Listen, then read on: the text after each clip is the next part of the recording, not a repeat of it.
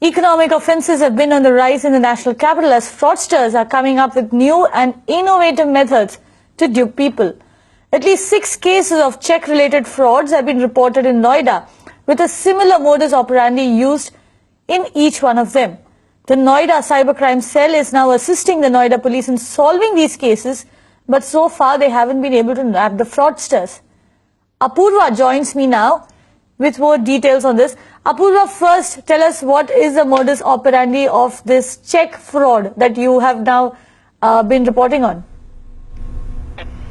Well, at least 6 cases of check fraud has now been reported in Noida, where the victims, in fact, we've spoken to all the victims in this case, who have all said the same thing, that this fraudster who first calls them multiple times and then somehow takes them into confidence in either going for a loan or for some kind of credit card offers or some other offer that has been offered, that they offer. And then after that, they will send one of their aides to their house posing as a bank executive. And here's what is interesting to note is that they will always have proper ID cards of the bank, which means that they actually have fake ID cards as well of the bank. Now after that, they come home and they take documents like the Aadhaar or the PAN, other details including telephone bill, residential address. Now there is a reason why these 4 documents are taken, which I'll come to a little later, after which they take 3 to 4 cancelled check. Now here is where the biggest catch is. They give out their pen to cancel the check as well as sometimes even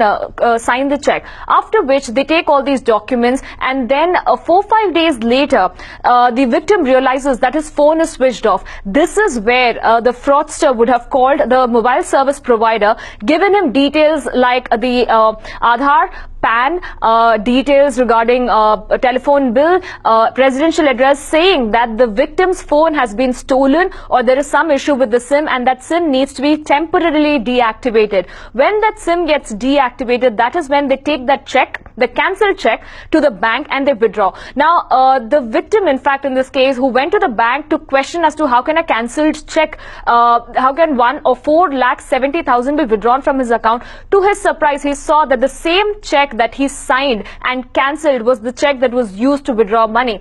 Now these fraudsters are using some kind of pen, and as I mentioned before, the pen that they give out could be something like this, as simple as this. Now these are erasable ink pens, and this is the kind of pens that they're probably using, a little higher variety than this, and there are varieties that come in the market as well as they're available online, and they just simply erase the cancellation part. They keep the signatures intact, and then they put their name and the amount that is required. They give this check to the bank and they can easily withdraw the cash, and this is the entire modus operandi that happens. So the moment they deactivate the SIM, even the message that is required, the message that is sent to that person, concerned victim, in case of any kind of transaction, does not get to the victim because the mobile number has already been deactivated. Instead, the alternative number that they use is of the fraudster. So this is the entire chain that they follow, and this has been similar for almost 6 victims, 6 cases of fraud that has come out in Noida.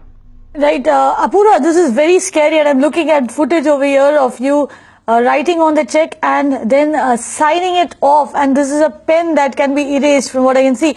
But tell us this means that essentially you cannot really hold anybody liable over here. You can't hold the bank liable, you can't hold you can't file a complaint because technically you have signed on the check and the check has been cashed.